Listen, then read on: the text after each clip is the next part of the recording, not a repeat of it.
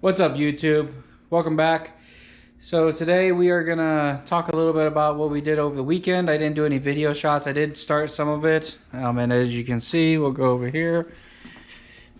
I got a separate video for this here. We're working on the center console, and what we're doing is making it for a double din, and so that my Android radio actually mounts to it properly. But that's not what's really what's interesting. So what we're going to do is we're going to talk a little bit about what we did today, and that's coming up.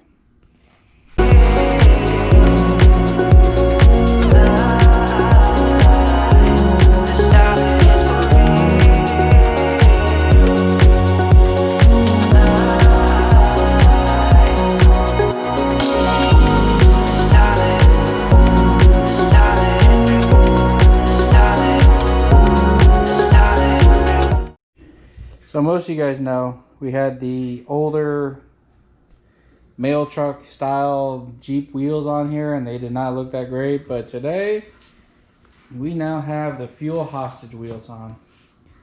These are equivalent to a 32-inch tire. We did do a video and a time lapse of trying to put the wife's 33s on there. It just did not clear. So these are 275 65 R18s.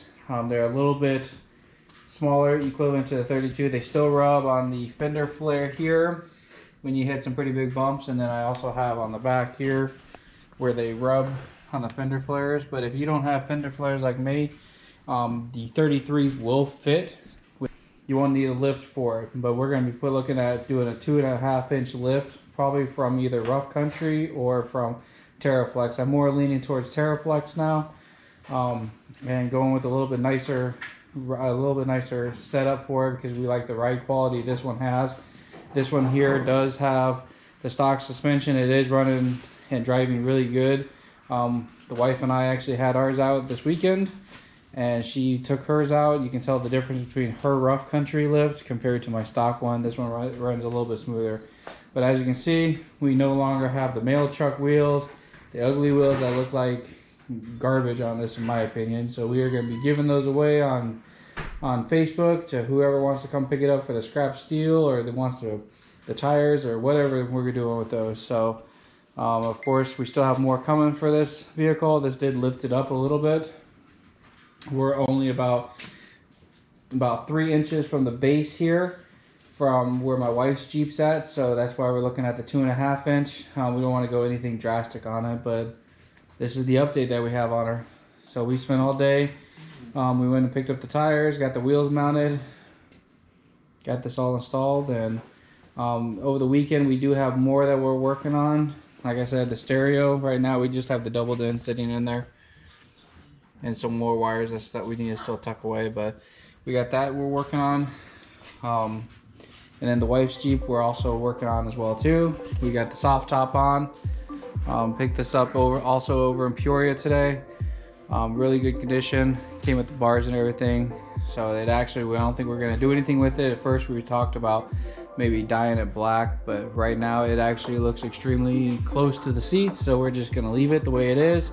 Looks good. We got some more touch-up paint and finishing of the inside that we're going to finish up, and then her Jeep will be done.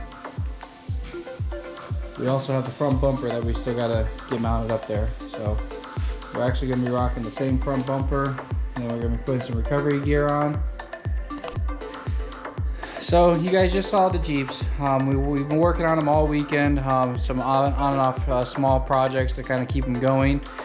We were having problems last week where we didn't have the top on for my wife's because she has the hard top. She didn't have a soft top, so we went with the type of top so that she can at least have a top and still be able to drive it in the rain and stuff and utilize it for what it's for.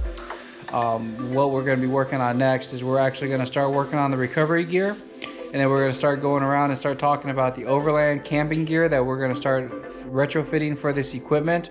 We're still on the fence. We're looking at either doing the racks for the tops to do the Overland camping, or we're looking at pulling a trailer for mine where we can do the rack on the top and the Overland trailer, so that we can have 2 tents on one rig there. That'll keep hers open where she's not having to worry about the rack on the top. So we're looking at a couple different options. Maybe an old military trailer. We've looked at a couple of those, and maybe convert something like that into an overland trailer. So stay tuned. I know this is a shorter video. We've just been kind of working on some projects. I was really busy this weekend, so I didn't get much recording done.